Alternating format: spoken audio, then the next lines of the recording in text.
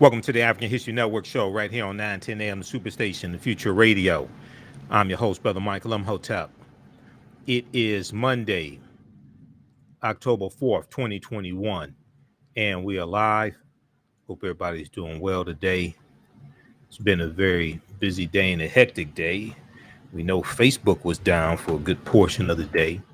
Facebook and other social media platforms owned by Facebook, WhatsApp, and Instagram. So that caused a lot of problems for people today in their businesses.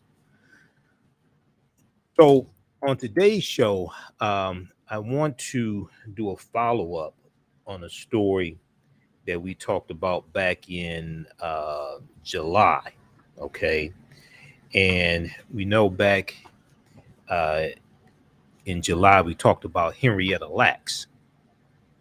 Henrietta Lacks, African American woman whose sales were taken without her permission when she went to the hospital because of cervical cancer. And it was back late July 2021 um, that we told you that the family of Henrietta Lacks hired attorney Benjamin Crump to sue pharmaceutical companies for building wealth off of the sales of Henrietta Lacks. And the sales of Henrietta Lacks have been used in scientific breakthroughs like gene mapping and in vitro fertilization and the polio vaccine. Well, it was announced today, and there was a press conference held today, that the family of Henrietta Lacks and attorney Benjamin Crump are filing a lawsuit against a biotech company, for profiting off of the sales of Henrietta Lacks for decades. And they are suing the Thermo Fisher Scientific Inc. of Waltham, Massachusetts. And they are saying that this company has continued to commercialize the results. What they're saying that this company has uh, continues to make money off of the sales of Henrietta Lacks. So we're going to talk about this lawsuit today. It's very, very interesting. And there's some, I knew about Henrietta Lacks cells being used in vitro fertilization as well as the polio vaccine. But I found out today there was an interview that I want to share with you that attorney Benjamin Crump did with CBS News. And doing research on this, I'm looking at some other articles, National Public Radio as well, NPR, National Public Radio. And Henrietta Lacks cells were not just used in the polio vaccine and for genetic mapping, but also used in the COVID-19 vaccine as well. Henrietta Lacks cells were also used in the COVID-19 vaccine also. So we're going to talk about this in this lawsuit that was filed today. And then we're going to do a follow-up to the story that we did on Sunday. We had a great show Sunday, jam-packed show Sunday. But Sunday we talked about how police killings for about the past 40 years have been undercounted. Police killings for about the past 40 years have been undercounted in the U.S. and they've been undercounted by about 55%. So so this was a study that came out on Thursday, September 30th, 2021. New York Times has had a big article about this. We talked about it on yesterday's show. Well, on the Black News Channel, they had a really good segment. Deet Tewolde had a good segment on the Black News Channel where they talked about this study, but they also dealt with how states are taking matters into their own hand to pass new laws dealing with police accountability. And they cited Maryland and California. Okay. We're going to talk about that as well. That's a follow-up to our story from Sunday. And then also on Sunday's show, we did not get a chance to deal with the, September 18th was the anniversary of the passing of the Fugitive Slave Act of 1850. The Fugitive Slave Act of 1850, which was part of the Missouri, it was part of the Compromise of 1850. So we're going to talk about that as well. Okay. We'll discuss that also. The Fugitive Slave Act of 1850. All right. Now, on the African History Network show, we focus on educating, empowering, and inspiring people of African descent throughout the diaspora and around the world. Because right now it's corrects wrong behavior. What you do for yourself, what you do to yourself, and what you allow other people to do to you and get away with is based upon what you think about yourself. What you think about yourself is based upon what you have been taught about yourself. What you've been taught about yourself is based upon everything you've read, heard, and seen about yourself. So when you control the radius of a man or woman's thoughts, you can control the circumference of his or her actions, because the mind can't do or teach what it doesn't know. We deal with a number of different topics here on the African History Network show. We deal with current events in history and politics, education, economic empowerment, entrepreneurship, relationships, love, sex, health issues, and much, much more. Sign up for our email newsletter. Text the word Kemet, K-E-M-E-T, to 22828. To sign up for our email newsletter, text the word Kemet, K-E-M-E-T, to 22828. To sign up for our email newsletter, also visit our website, AfricanHistoryNetwork.com. AfricanHistoryNetwork.com. Sign up for our email newsletter there as well. The AfricanHistoryNetwork.com. All right. We'll tell you also later about the 10-week online course that I teach on Sundays. It just started up, Ancient Kemet, the Moors, and the Ma'afa. Understanding the transatlantic slave trade, what they didn't teach you in school. We'll talk about that later, and that's at our website, AfricanHistoryNetwork.com. Okay, I want to jump into this first topic here. So this is a follow-up to a story we did back in late July, around July 30th, dealing with Henrietta Lacks and her family. Her family in late July hired attorney Benjamin Crump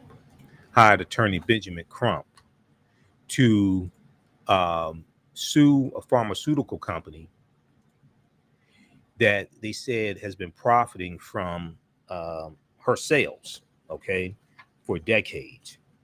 And I was looking at a number of different articles about this today. We're going to go to clip number 1 from CBS News in just a second here, Shakita. There's a good article here from National Public Radio. Let's pull this up here. It's a good article from National Public Radio, NPR.org. Henrietta Lacks' estate sued a company saying it used her stolen sales for research. The estate of Henrietta Lacks sued a biotech company on Monday, accusing it of selling sales that doctors at Johns Hopkins Hospital took from this African-American woman, Henrietta Lacks, in 1951 without her knowledge or consent, as part of a racially unjust medical system, quote unquote, part of a racially unjust medical system.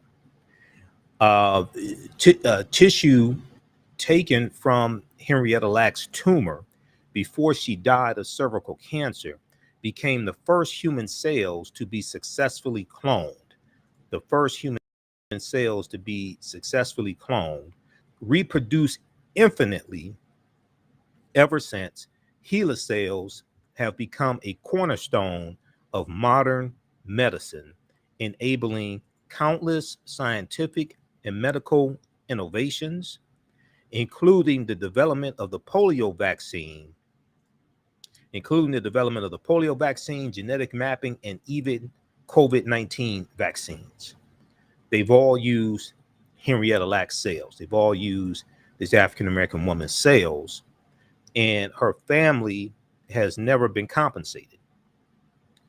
Now, Henrietta Lacks cells were harvested and developed long before the advent consent procedures used in medicine and scientific research today. But lawyers for her family say Thermo Fisher Scientific Inc. of Waltham, Massachusetts, has continued to commercialize the results. It has continued to commercialize the results well after the origins of the Hela cells became well known. Attorney Benjamin Crump said Monday at a news conference, Monday, October 4th, that it is outrageous that this company would think that they have intellectual rights property to their grandmother's cells. Why is it they have intellectual rights to her cells and can benefit billions of dollars when her family, her flesh blood, her black children get nothing?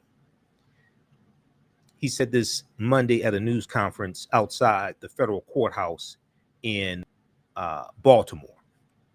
Now, Johns Hopkins said it never sold or profited from the cell lines, the Hela cell lines.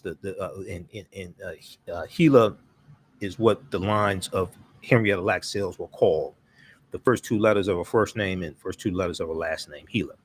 But many companies have patented ways of using Henrietta Lacks cells. Attorney Benjamin Crump said these distributors have made billions from the genetic material stolen from Henrietta Lacks' body. Another family attorney, Christopher Seeger, hinted at related claims against other companies. He said Thermo Fisher Scientific, quote, should not feel too alone because they're going to have a lot of companies soon. They should not feel too alone because they're going to have a lot of companies soon. I want to go to this clip here. We're going to start this and finish on the other side of the break. They spoke to Benjamin Crump, and members of Henrietta Lacks' family spoke to CBS News today. Let's go to this clip, Shakita.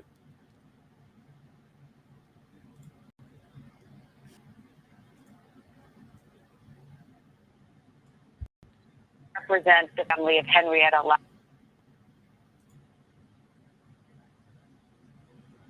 More than 70 years after her death, a lawsuit has been filed on behalf of Henrietta Lacks and her descendants over the cells that were taken without her consent. This lawsuit comes just in time for what would have been her 101st birthday this Sunday.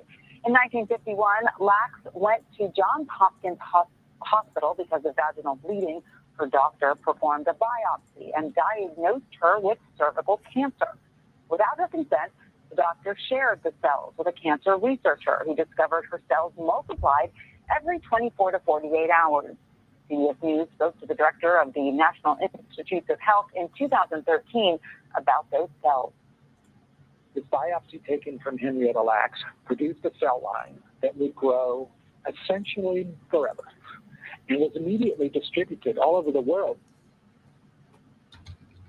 Her cells, nicknamed Hela, have been sold around the world and are still being used in medical research today.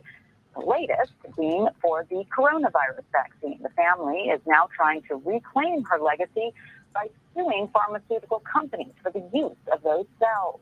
Earlier, I spoke with civil rights attorney Ben Crump, who has decided to take on this case.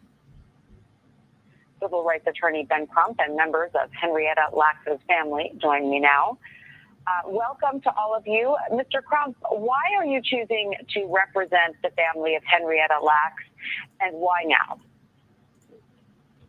On Sunday will be Henrietta Lacks' 101-year birthday. We want to make sure that the family voice is finally heard after 70 years of being ignored. Okay. All right. Pause right there, Shakita. We're coming up on a break. Pause it right there. Okay, we're going to pause it right there. Continue this on the other side of the break. Now, today, October 4th, is the 70th anniversary of the passing of Henrietta Lacks. She passed away October 4th, 1951. They filed this lawsuit exactly 70 days after she died. We're going to continue this on the other side of the break. You listen to the African History Network show right here on 910 AM Superstation, Future Radio. I'm Michael Imhotep. We'll be back in a few minutes. Stand by.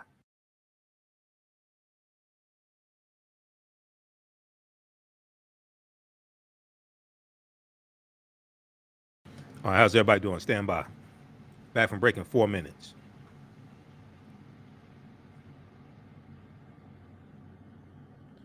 Okay, we have Becky. How's everybody doing?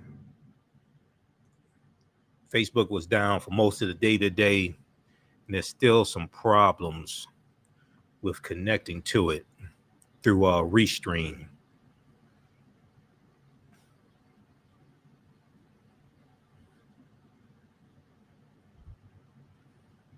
Okay, stand by.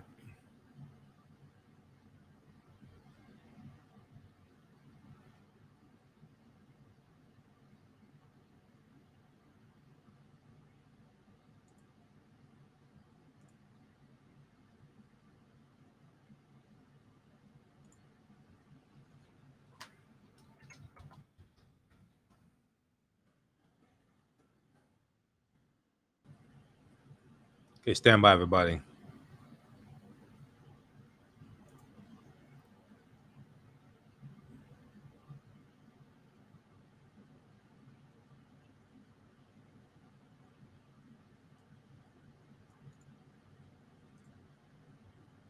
Back from break in 3 minutes.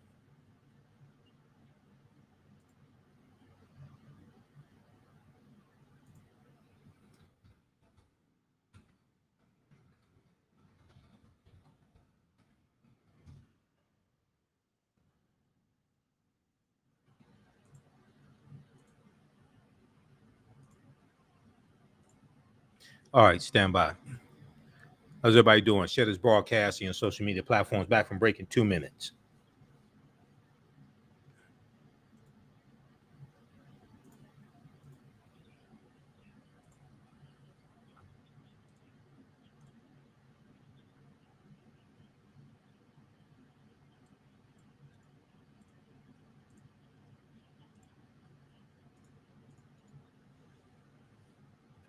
In the African History Network show, we deal with current events in history and politics, education, economic empowerment, entrepreneurship, relationships, love, sex, health issues, and much, much more. Unfortunately, many people confuse what racism means. Racism is a power structure. It was laws and policies that put us in this predicament. It's going to be laws and policies that take us out. So when you control the radius of a man or woman's thoughts, you control the compass of his or her actions, because the mind can't do or teach what it doesn't know. We have it all on 910 AM Superstation.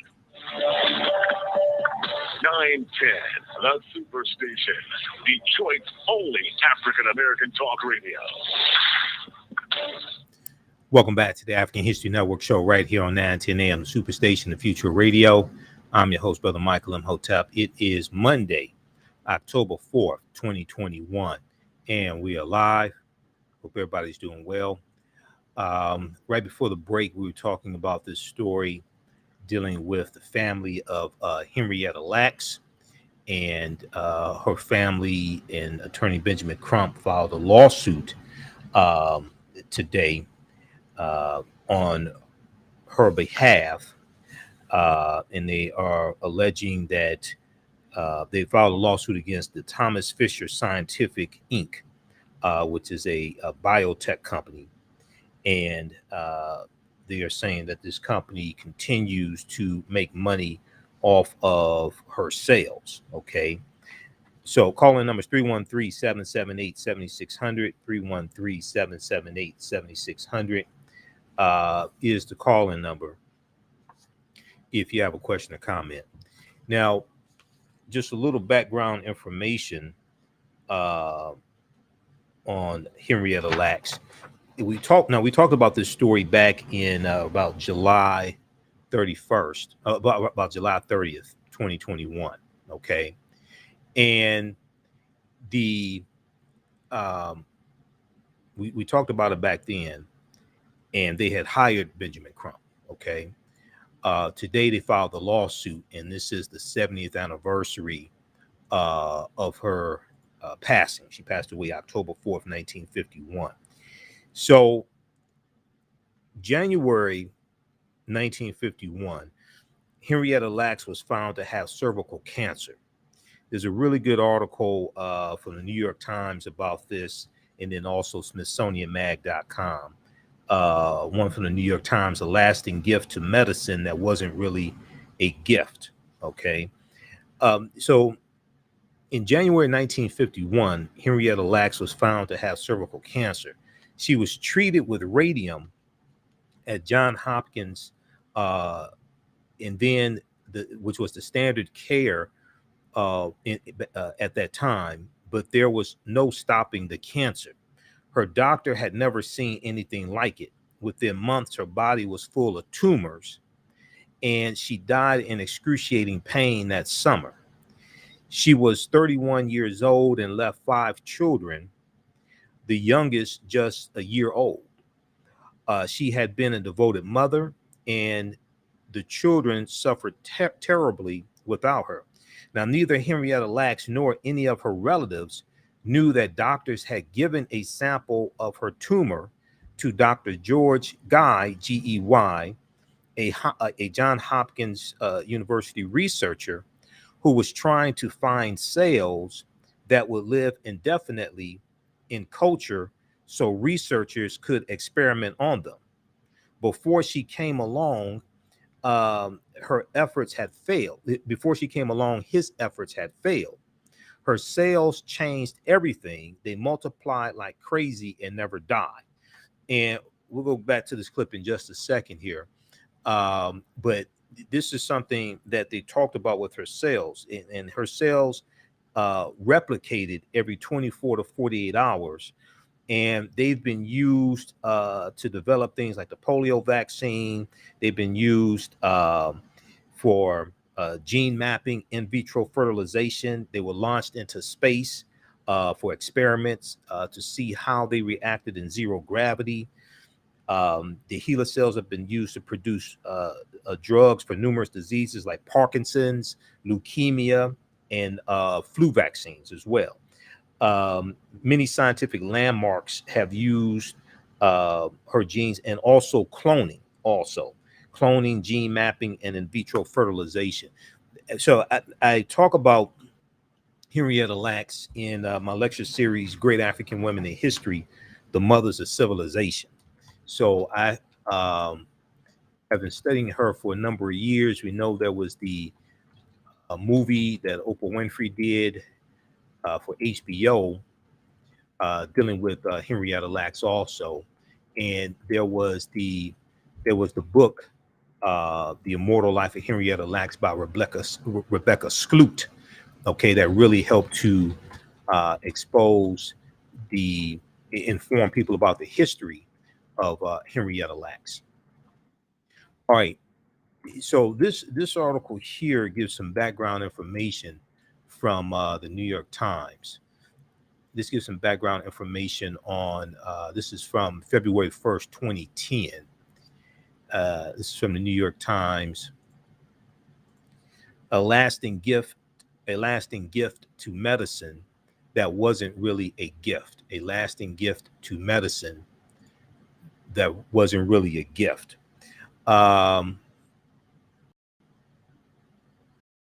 So it goes on to say, now she was 31 years old when she passed away. Okay, her doctor had never seen anything like her cells replicating. Henrietta Lacks was 31. She died in excruciating pain October 4th, 1951. She was 31 years old and left 5 children, the youngest just a year old. She had been a devoted mother, and the children suffered terribly without her. Now, and here's a picture of her, and here's a picture of her and her husband. So doctors gave a sample of the cancer that killed her to a researcher without telling her fate. Now, a cell line called Hela cells like I said, the first two letters of her first and last name, Hela cells, and they called them Hela cells to hide where these cells came from. So for a long time, people were using these cells in the scientific community, but didn't know who they came from. Now, those immortal cells soon became the workhorse for laboratories everywhere. Hela cells were used to develop the first polio vaccine. They were launched into space for experiments in zero gravity, and they helped produce drugs for numerous diseases, including Parkinson's, leukemia, and the flu. Also, they were used. Attorney Benjamin Crump talks about in the press on CBS News today. He talks about how they were used in lipstick and makeup. How they were used to produce lipstick and makeup also. Now, Dr. Guy, or Dr. Gay, Gey, how you pronounce it, not make money from the Hela cells, but they were commercialized. Now they are bought and sold every day the world over, and they have generated millions in profits. I would say billions in profits since 1951. I would say billions in profits. The Lacks family never got a dime. They were poor with little education and no health insurance. And some had serious physical or mental ailments, but they did not even know that tissue had been taken or that Hela cells even existed until 20 years after Henrietta Lacks' death. So you're talking about 1971 that they found out that her cells still existed and were being used. And they found out only by accident when her daughter-in-law met someone from the National Cancer Institute who recognized her surname, Lacks, L-A-C-K-S, and said he was working with cells from a woman named Henrietta Lacks. The daughter-in-law rushed home and told Mrs. Lacks' son, Lawrence, quote, "Part of your mother, it's alive. Part of your mother, it's alive." When they learned that their mother's cells had saved lives, the family felt proud. But they also felt confused. Hold on, we just lost our connection to the radio station. Just a second here.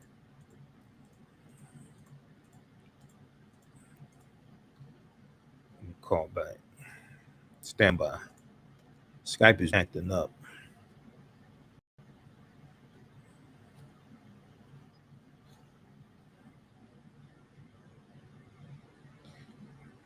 Shakita. Shakita, this is Michael. We lost our connect. This is Michael. We lost our connection. Can you hear me?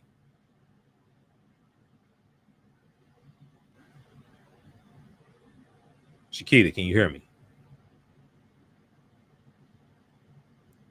All right. Are we back on the air? All right. Okay. All right, guys. We lost our connection with Skype.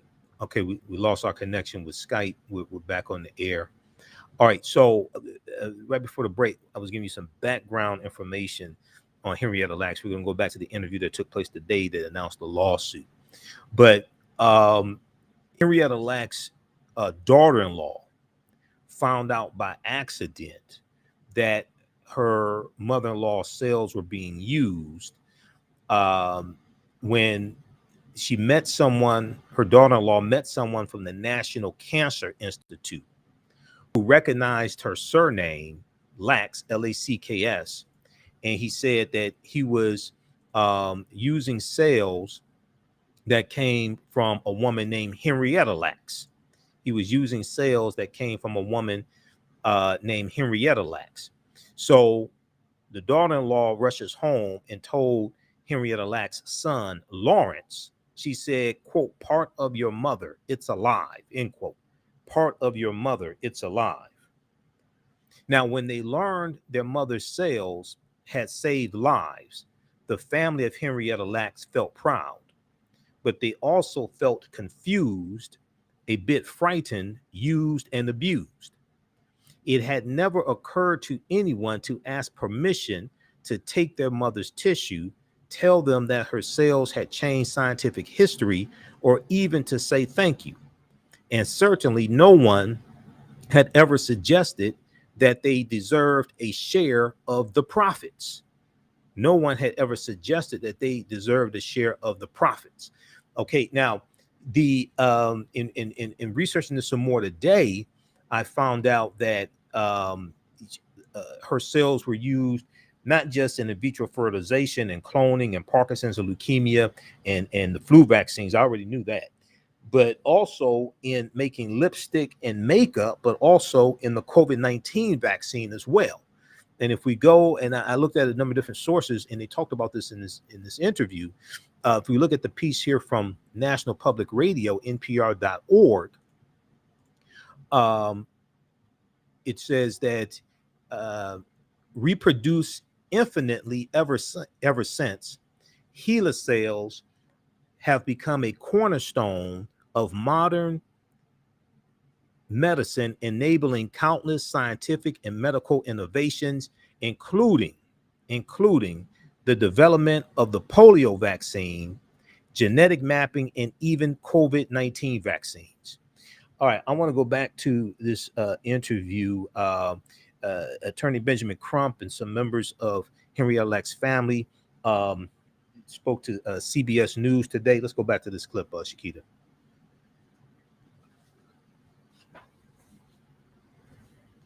Profiting off the research of using it in Black people and their illnesses and their bodies.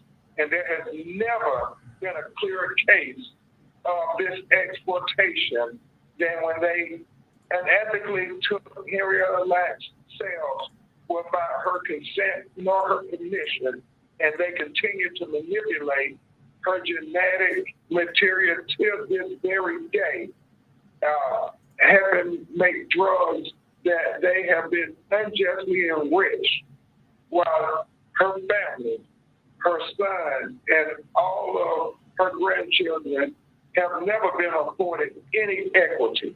And so they are here to make sure that the pharmaceutical corporations know that they are the legacy of Henrietta Lacks, and they are the ones who will speak for Henrietta Lacks. And what specific legal steps are you taking on behalf of the family?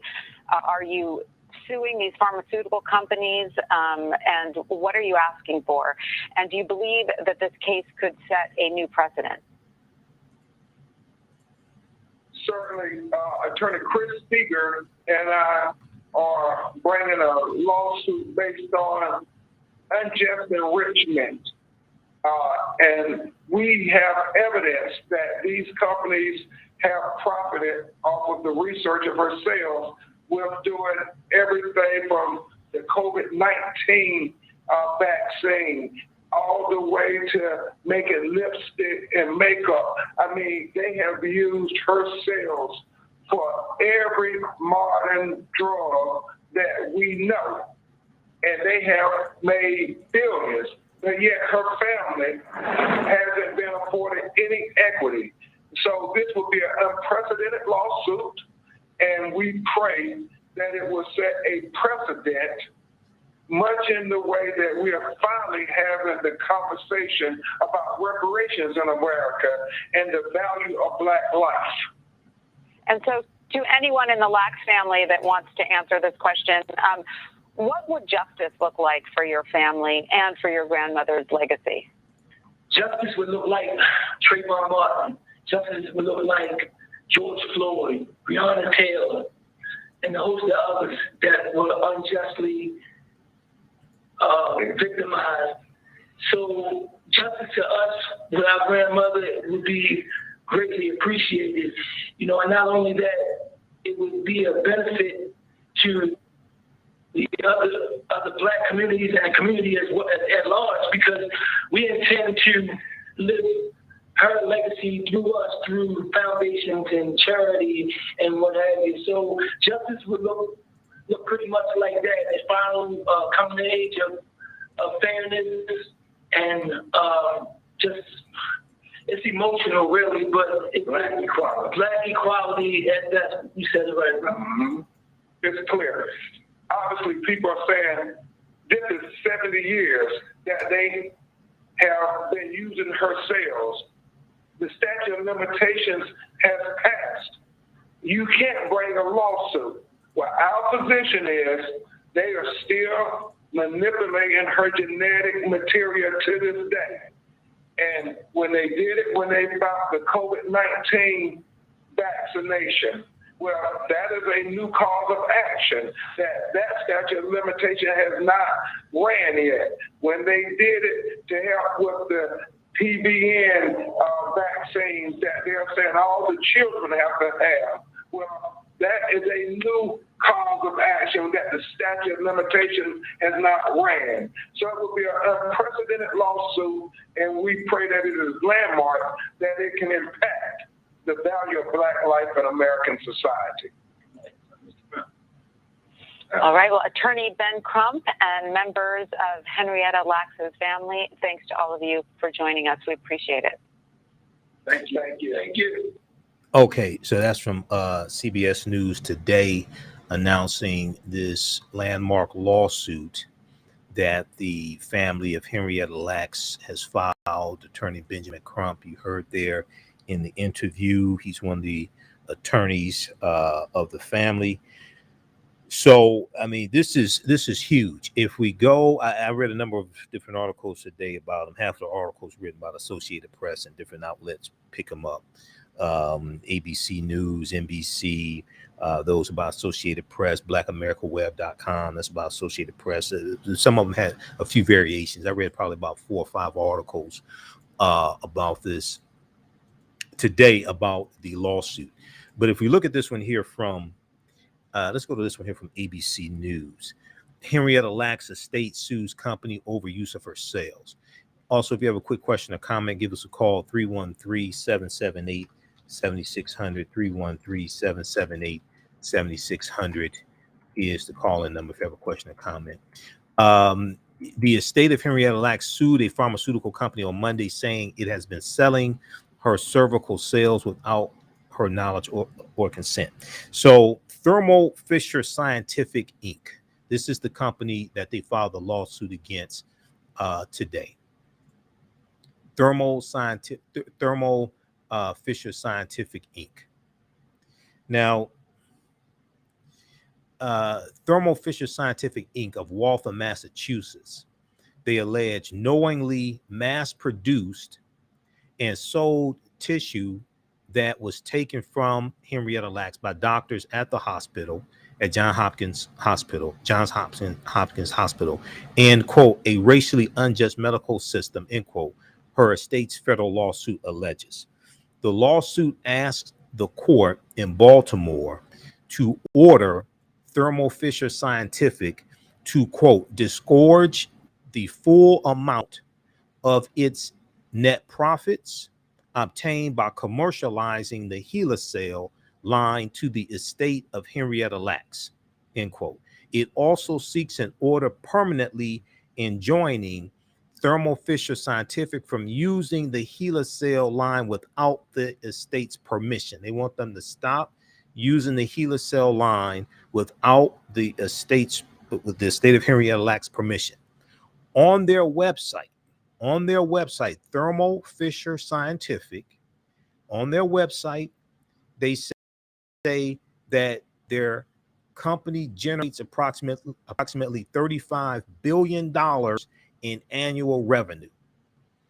On Thermo Fisher Scientific's website, they say that their company generates approximately $35 billion in revenue annually. Now, a company spokesman reached by ABC News did not immediately comment on the lawsuit. The remarkable science and the impact of the Lacks family have been documented in the best-selling book, The Immortal Life of Henrietta Lacks, by Rebecca Skloot, and then also Oprah Winfrey portrayed Henrietta Lacks' daughter in the HBO movie about Henrietta Lacks. In the movie Think Like a Man, which I have seen over 50 times, Think Like a Man, because that's Megan Good in it, okay, and it has Gabrielle Union, okay, and okay, and so it has a lot of people in it. There's a scene in the beginning of the movie where Megan Good's character is in the line at a bookstore, and she runs into Terrence J. Used to be on BET, Terrence J's character, and she's I think she's on the phone, and she talks about somebody read the book The Immortal Life of Henrietta Lacks. They mention it in the movie Think Like a Man. They mention that book by Rebecca Skloot. It's just a second, okay? If you don't know what she's talking about, it just goes over your head. But it's in the movie. So, as we said at the beginning, a group of white doctors at Johns Hopkins in the 1950s preyed on African American women with cervical cancer, cutting away tissue samples from their patients' cervixes without their patients' knowledge or consent, the lawsuit says. The exploitation, quote, the exploitation of Henrietta Lacks represents the unfortunately common struggle experienced by Black people throughout history. Okay, the lawsuit goes on to say, quote, indeed, Black suffering has fueled innumerable medical progress and profit without just compensation or recognition. Various studies, both documented and undocumented, have thrived off the dehumanization of Black people, end quote, the lawsuit goes on to say. All right. So read this one here from ABC News. Henrietta Lacks estate sues company over the use of sales. Yes, News interviewed Henrietta Lacks' family, her grandson, and some other family members, as well as attorney Benjamin Crump. That video is in this article here from CBS News. Henrietta Lacks' family sues biotech company over sales, says it, quote, chose to use her body for profit, end quote. Chose to use her body for profit. So also happy birthday to Henrietta Lacks. Her birthday, her 101st birthday would be this Sunday, October 10th. And we know she passed away 70 years ago on this date, October 4th, 1951. All right, let's go quickly to this next story here. This is a follow-up to our story yesterday. We're going to go to clip 2, Shakita from the Black News Channel. Yesterday on our Sunday show, and we're on for 2 hours on Sundays, 9 p.m. to 11 p.m. We have it rebroadcasting. It's on our Facebook fan page, the African History Network, and our YouTube channel, Michael Imhotep, IMHOTEP, and it's in audio podcast format. Download the iHeartRadio app. Search for the African History Network show. The full audio podcast, the Sunday show is there. But on Sunday, our lead story was this story here from the New York Times, and Washington Post has picked up this story as well. More than half of police killings are mislabeled, study finds. New study says more than half of police killings are mislabeled, new study says. And this was a study that came out Thursday, September 30th, from the British medical journal, The Lancet. Okay. And the study talks about how about from 1980 to 2018, about 55% of fatal encounters with police have been undercounted. 31,000 police killings were reported over that approximately 40-year period of time, but is undercounted by about 17,000. Okay. Researchers estimated that over the time period of 1980 to 2018, which roughly tracks the era of the war on drugs and the rise in mass incarceration, nearly 31,000 Americans were killed by police, with more than 17,000 of them going unaccounted for in the official statistics. The study also documented the stark racial gap. African Americans were 3.5 times as likely to be killed by police as white Americans. Data on Asian Americans was not included in the study, but Latinos and Native Americans also suffer higher rates of fatal police violence than white people. So on Yodita Walde's show on the Black News Channel on October 1st, that was Friday, October 1st, she spoke with former federal prosecutor Paul Henderson. They talked about this study, but they also talked about how they talked about how states and local cities are taking matters into their own hands when it comes to police accountability. And they talked about the state of California and the state of Maryland, new policies, new laws they're putting in place to deal with police accountability. Let's go to this clip, Shakita.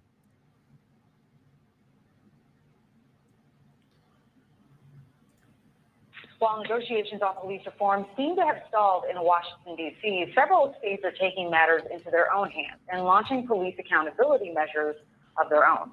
At the same time, there's alarming news about the persistence of police violence and in-custody deaths. New research from the University of Washington, published in the English medical journal The Lancet, says that more than half of police killings are mislabeled. And in Florida, a woman is bringing a wrongful death lawsuit after her baby died after she gave birth alone in a county jail cell. Back with me to discuss all of this is veteran prosecutor and BNC's legal contributor, Paul Henderson.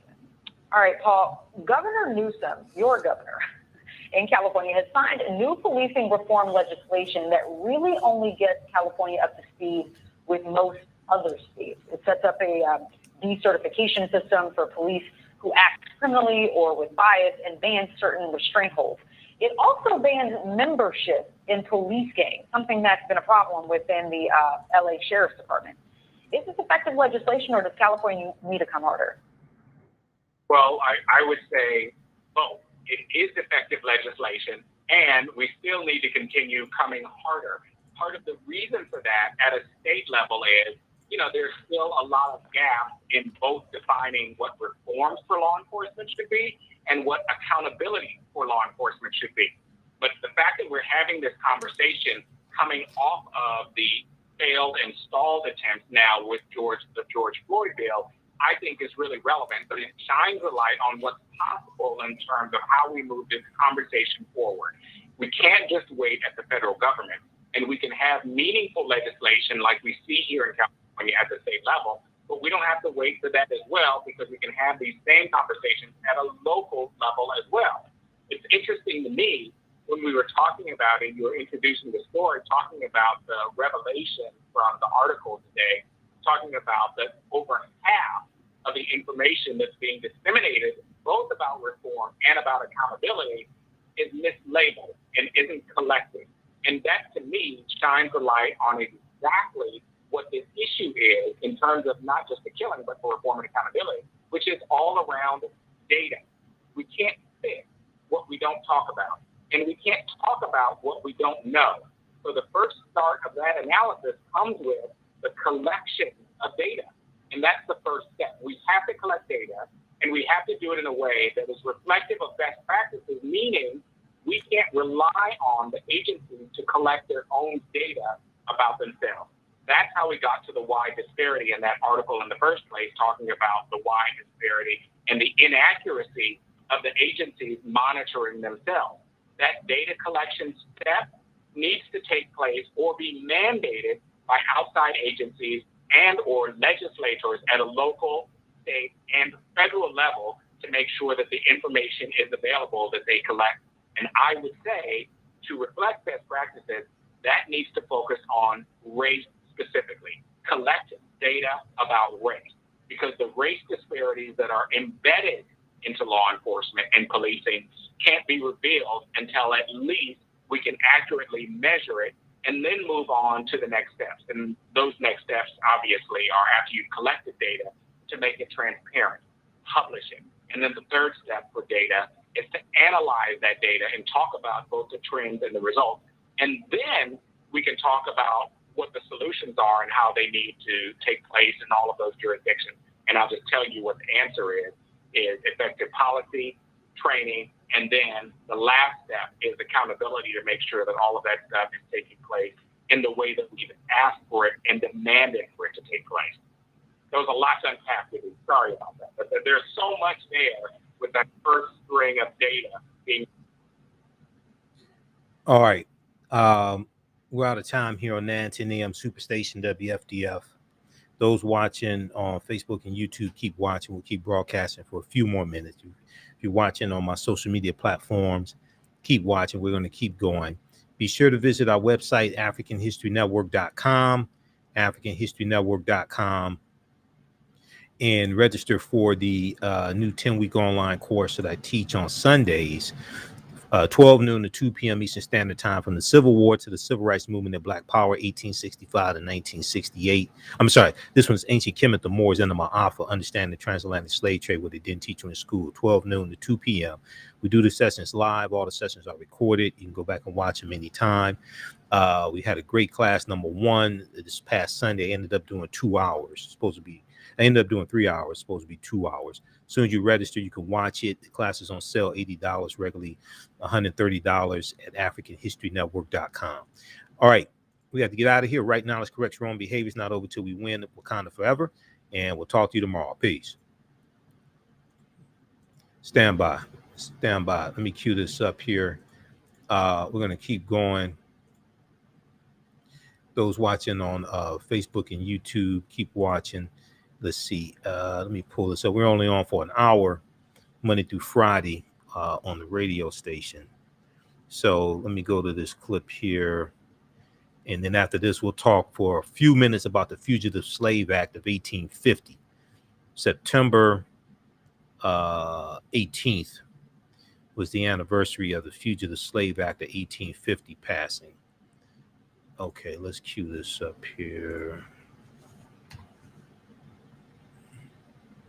Also, if you like this type of information, you can support the African History Network, $ the AHN Show through Cash App, $ the AHN Show through Cash App, also through PayPal, paypal.me/the AHN Show, paypal.me/the AHN Show.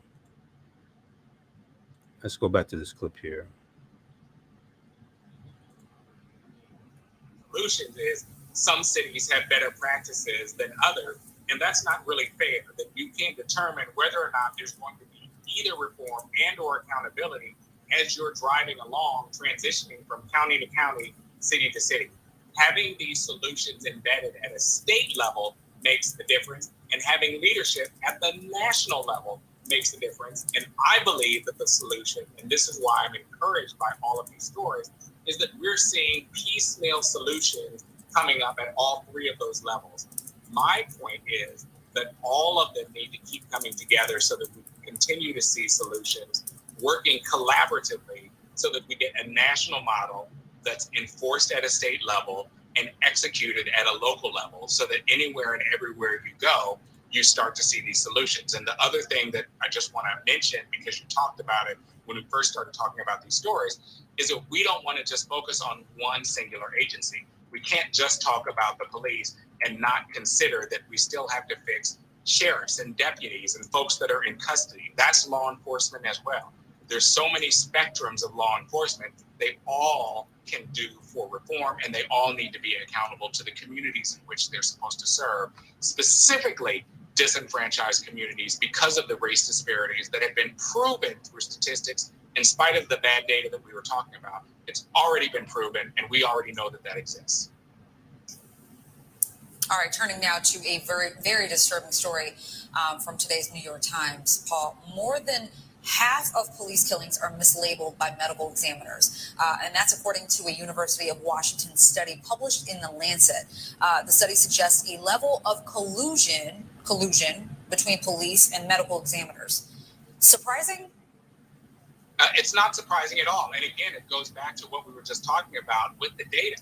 As long as the agencies responsible or involved in the killings are doing their own reporting, I think this is to be expected. I mean, it's not a surprise to me that those agencies have misreported more than half of their data. Again, it calls for us to start by forcing that data to be collected in a way that we demand as voters, as we demand of community citizens, and as we demand of our leaders to make that data collectible and transparent and define what that data is. And it can be done through third parties. Obviously, best practices are if you have civilian oversight of those law enforcement agencies, but all of that can be baked into even statewide or local legislation so that those agencies have to do mandatory reporting and the standards are independently determined as to what qualifies for that reporting. That's why we have the disparities. But again, now that we know what the answers can be, we know how to advocate and work towards those answers to make sure that we're not having the same conversation 5 years from now, 10 years from now. All right, Paul Henderson, veteran prosecutor and BNC's legal contributor. As always, thank you so very much for spending your Friday night with me. Okay, so that was making the case with Yadit Kawode from Friday, October 1st. Great segment there. And they talked about Maryland and California making police reforms outside of the George Floyd Justice and Policing Act and the federal government.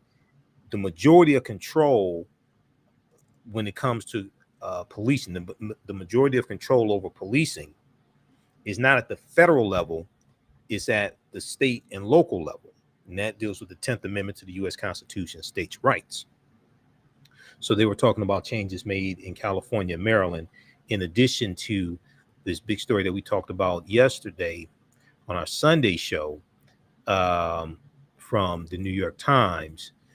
More than half of police killings are mislabeled, new study says. Also talked about this a little bit Friday, October 1st, when I was on Roland Martin Unfiltered, and we spoke with Philonise Floyd, George Floyd's brother.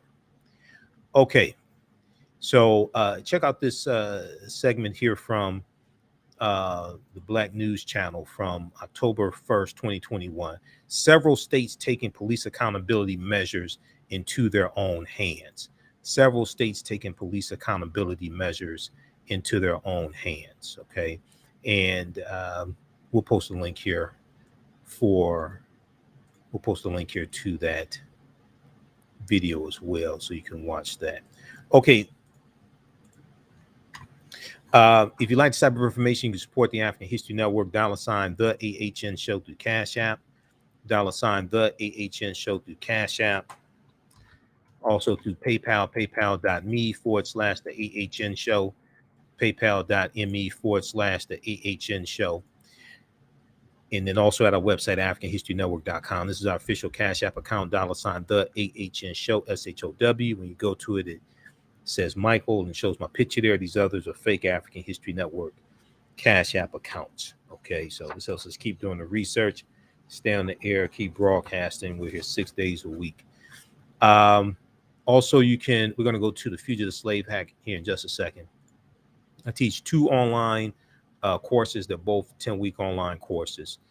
We just talked about ancient Kemet, the Moors, and the Ma'afa, understanding the transatlantic slave trade, what they didn't teach you in school. I teach that one on Sundays, 12 noon to 2 p.m. Okay, so that just started up. We had a great class, number 1. The second class that I teach is from the Civil War to the Civil Rights Movement and Black Power, 1865 to 1968. Okay, and that's on Saturdays, 12 noon to 2 p.m. This one, the second class, picks up where understanding the transatlantic slave trade leaves off.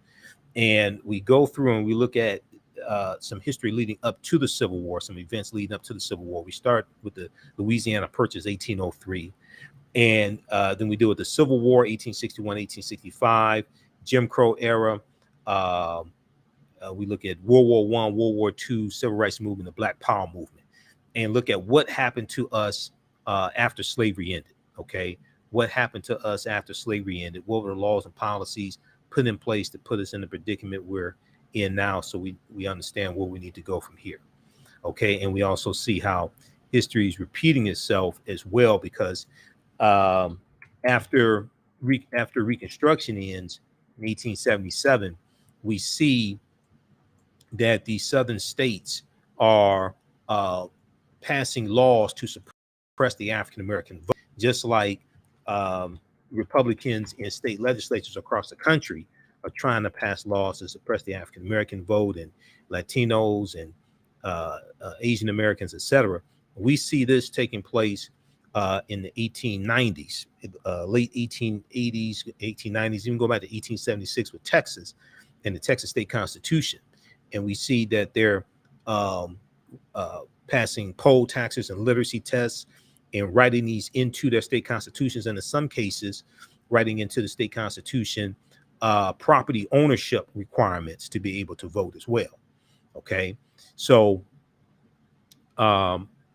we saw this after Reconstruction ended to suppress the African American vote, and we see some similar methods taking place today. All right, so you can register for that one also. That's on sale for a limited time, only $70, regularly $130. From the Civil War to the Civil Rights Movement of Black Power, 1865 to 1968. Okay, and I do a PowerPoint presentation. We have book references, articles, video clips, etc. We go through a timeline of history. Each class we go through and analyze approximately a 10-year period of history. Okay, and that's at AfricanHistoryNetwork.com. We'll post a link here also so you can register. All right, so September 18th, I did not get a chance to talk about this here. We're trying to squeeze this in the past few days. September 18th, 1850, the Fugitive Slave Act was passed, okay? And this was part of the Compromise 1850 that consisted of 5 bills and dealt with a lot of it had to do with organizing the territory that was a result of the Mexican-American War and the Treaty of Guadalupe Hidalgo of 1848. Okay, so if we look at this piece here from the Zen Education Project, on September 18th, 1850, the U.S. Congress passed the Fugitive Slave Act of 1850, which required people who had escaped from slavery be captured and returned. It required runaway slaves to be captured and returned. Now, textbooks often repeat the propaganda of Confederate apologists that the Civil War was fought to preserve states' rights, that the Civil War was fought to preserve states' rights. That's false. Okay, that's not true. No, the South thought the Union was going to, the South thought Lincoln was going to abolish slavery.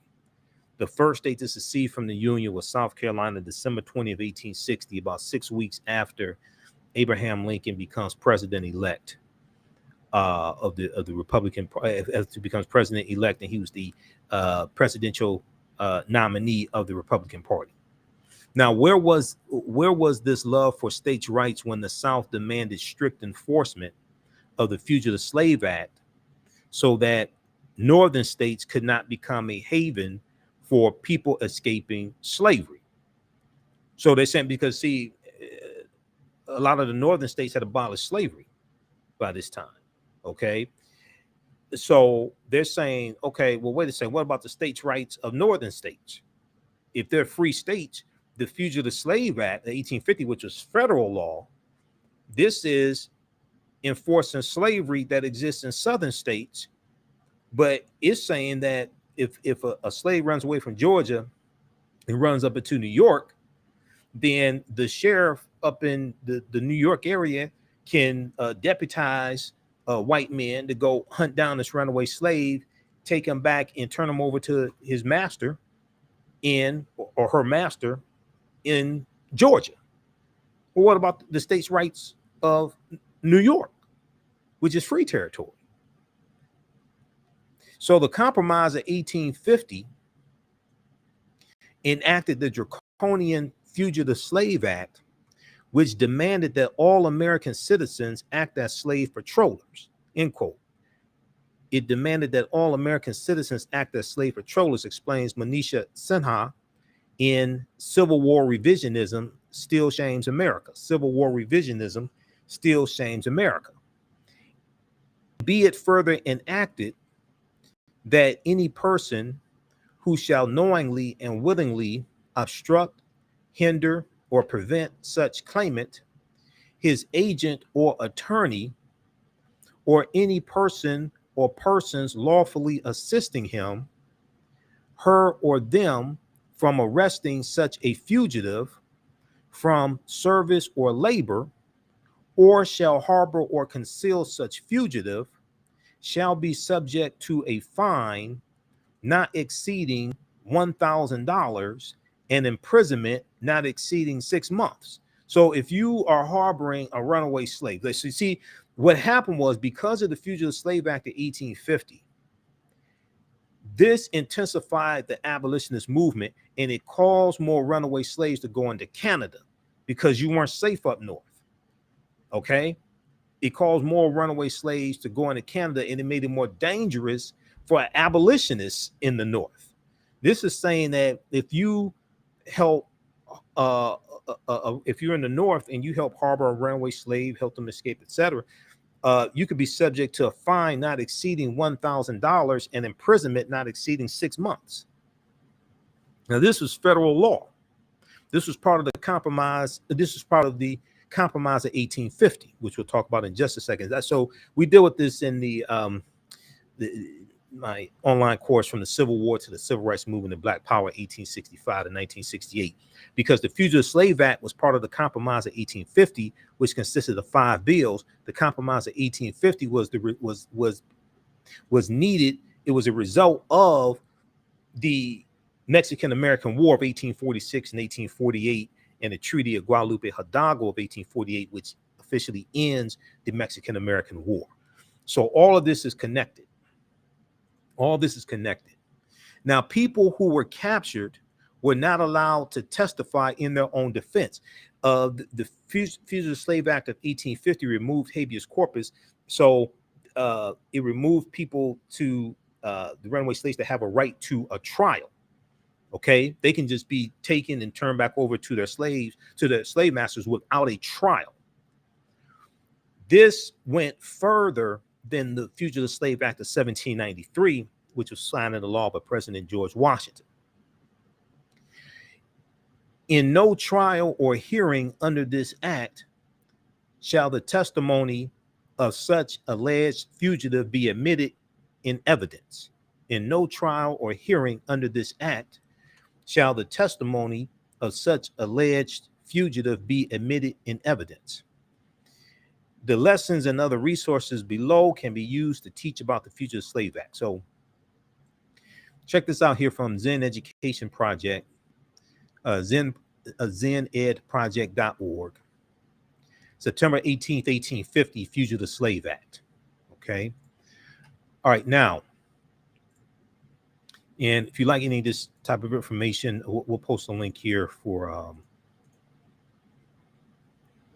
the online course that he's dealing with, From the Civil War to the Civil Rights Movement and Black Power, because we get deep into all of this history and leading up to these are important events that lead to the Civil War taking place. All right, now, if we look at very quickly here,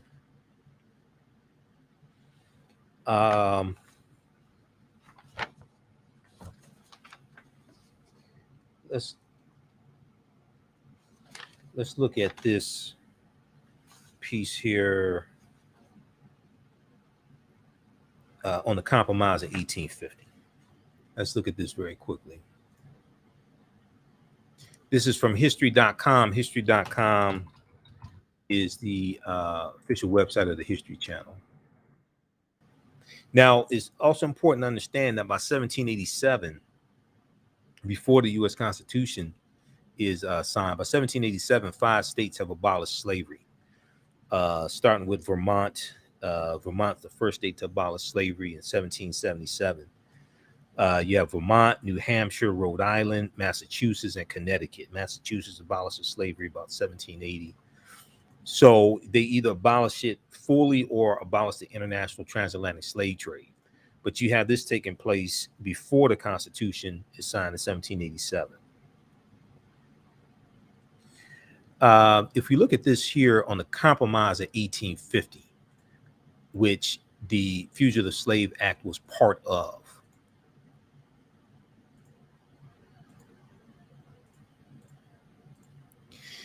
Okay, so the Compromise of 1850 was made up of 5 bills that attempted to resolve disputes over slavery in new territories added to the United States in the wake of the Mexican-American War of 1846 to 1848.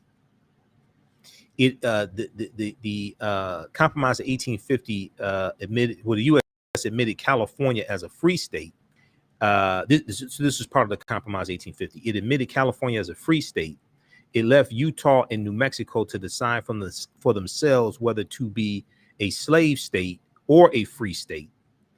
And it defined a new Texas-New Mexico boundary, and it made it easier for slave owners to recover runaways under the Fugitive Slave Act of 1850. So these were the 5 bills that were in the Compromise of 1850. California is admitted to the Union as a free state, and we know California was Mexican territory. So because of the Treaty of Guadalupe Hidalgo of 1848, the U.S. gets the territory that makes up California, Arizona, New Mexico, Colorado, Utah, and Nevada. Okay, those 6 states are going to be carved out of the territory that the U.S. gets from Mexico for about $15 million. I think it's about $15 million or so. And Mexico loses 1/3 of their territory. This is all part of the Treaty of Guadalupe Hidalgo. So California comes to the Union as a free state. Utah and New Mexico can decide for themselves whether or not to have slavery or be a free state, as opposed to it being dictated to them by the federal government. And a new Texas-New Mexico boundary is defined, and then the Fugitive Slave Act of 1850. Now, the Compromise of 1850 was the mastermind of Whig Party Senator Henry Clay. And the Whig Party was a political party founded around 1834. They're founded before the Republican Party. There's going to be members in early 1850s. Whig Party is dying out. It's going to be members of the Whig Party and abolitionists who are going to form the Republican Party in 1854 as a direct backlash to the Kansas-Nebraska Act of 1854. The Kansas-Nebraska Act left it up to people moving out to the Kansas-Nebraska territory to leave. It left it up to them to determine whether or not there would be slavery in those new territories, as opposed to it being dictated to them by the federal government. Now, lingering resentment over the provisions of the Compromise of 1850 contributed to the outbreak of the U.S. Civil War, which starts April 12, 1861. If we look here briefly at the Mexican-American War, the Mexican-American War that's going to lead to the Civil War taking place. The Mexican-American War was a result of U.S. President James K. Polk's belief that it was America's manifest destiny to spread across the continent to the Pacific Ocean, because these Europeans here in the U.S. wanted to really take over the entire North American continent. Okay. Following the U.S. victory, Mexico lost about 1/3 of its territory, including nearly all of present-day California,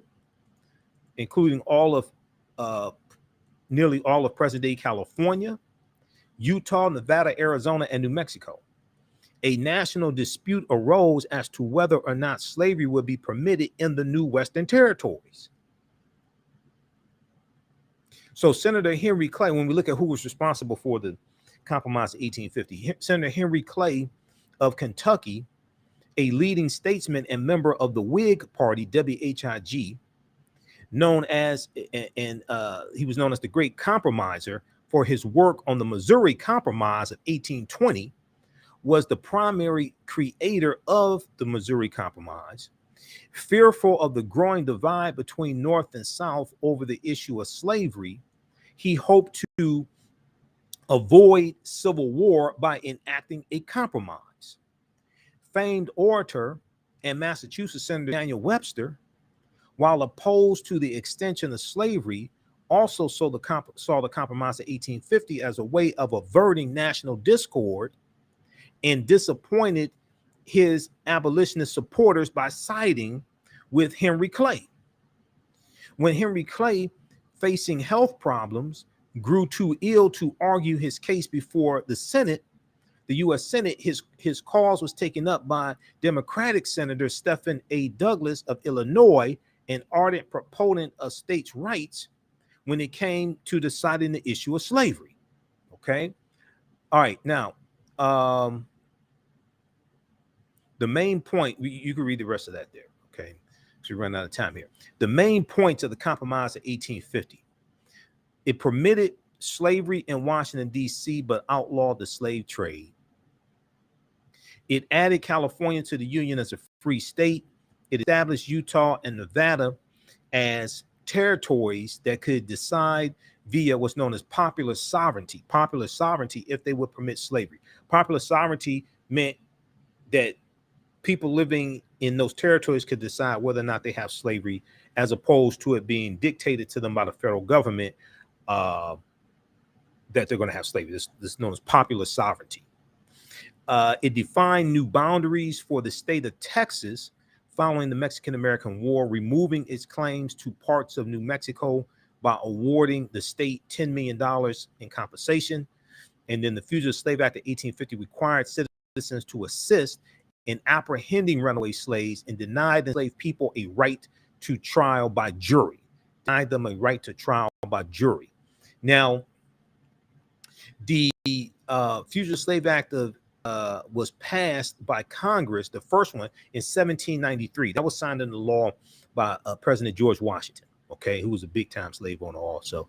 He owned 318 slaves. He and his wife Martha, they collectively owned 318 slaves. When he married Martha, she owned more than he did, but they collectively owned 318 slaves. He was a big-time slave owner. So the first Fugitive Slave Act was passed by Congress in 1793 and authorized local governments to seize and return people who had escaped slavery to their owners, while imposing penalties on anyone who had attempted to help them gain their freedom. The Fugitive Slave Act of 1793 encountered fierce resistance from abolitionists, many of whom felt it was tantamount to kidnapping. Now, the Fugitive Slave Act of 1850 compelled all citizens to assist in the capture of runaway slaves and denied enslaved people the right to a jury trial. It also placed control of individual cases in the hands of federal commissioners who were paid more for returning a suspected slave than for freeing them. They were paid more for returning a suspected slave than for freeing them, leading many to argue the law was biased in favor of Southern slaveholders.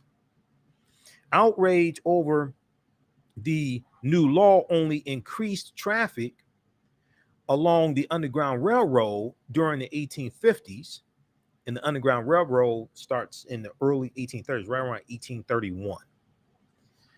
Northern states avoided enforcing the law, and by 1860, the number of runaways successfully returned to slaveholders hovered around just 330.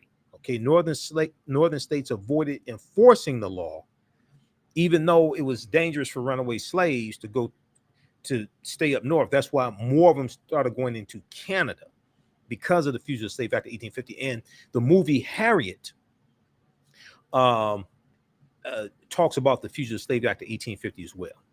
Northern states avoided enforcing the law, and by 1860, the number of runaways successfully returned to slaveholders hovered just around 330. Both acts were repealed by Congress on June 28th, 1864, following the outbreak of the Civil War. The event proponents of the Compromise of 1850 had hoped to avoid. they hoped to avoid the Civil War.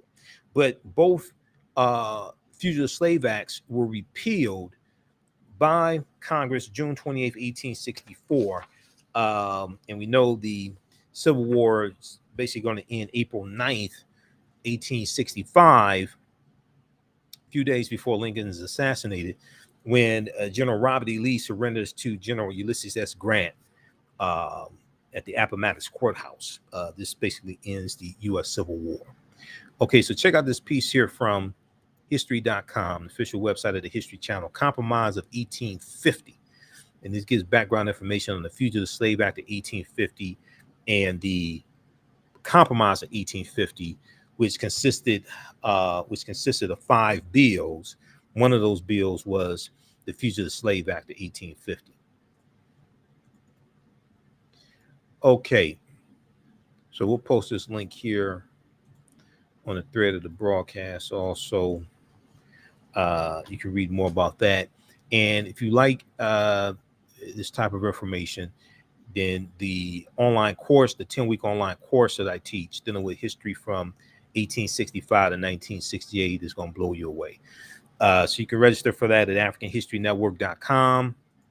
And we posted the link here as well, from the Civil War to the Civil Rights Movement and Black Power, 1865 to 1968. All right. Look, we have to get out of here. Remember, at the African History Network, we focus on educating, empowering, and inspiring people of African descent throughout the diaspora and around the world, because right now it's correct wrong behavior. It's not over till we win. Wakanda forever. We'll talk to you tomorrow. Peace. Oh, I should be on Roland Martin Unfiltered on Tuesday, so look out for me there. We'll talk about it tomorrow. This producer contacted me. They wanted me on the show today. I couldn't do it today. I turned down 2 media interviews today because I'm so busy. And I was worn out too. I didn't get up till about noon because I got to bed at 4 a.m. I was editing video of Sunday's show. So I'll be on Roland Martin Unfiltered on Tuesday, October 5th, and then I'll be back on the show on Friday as well. Right now, it's correct wrong behavior. It's not over till we win. Wakanda forever. We'll talk to you tomorrow.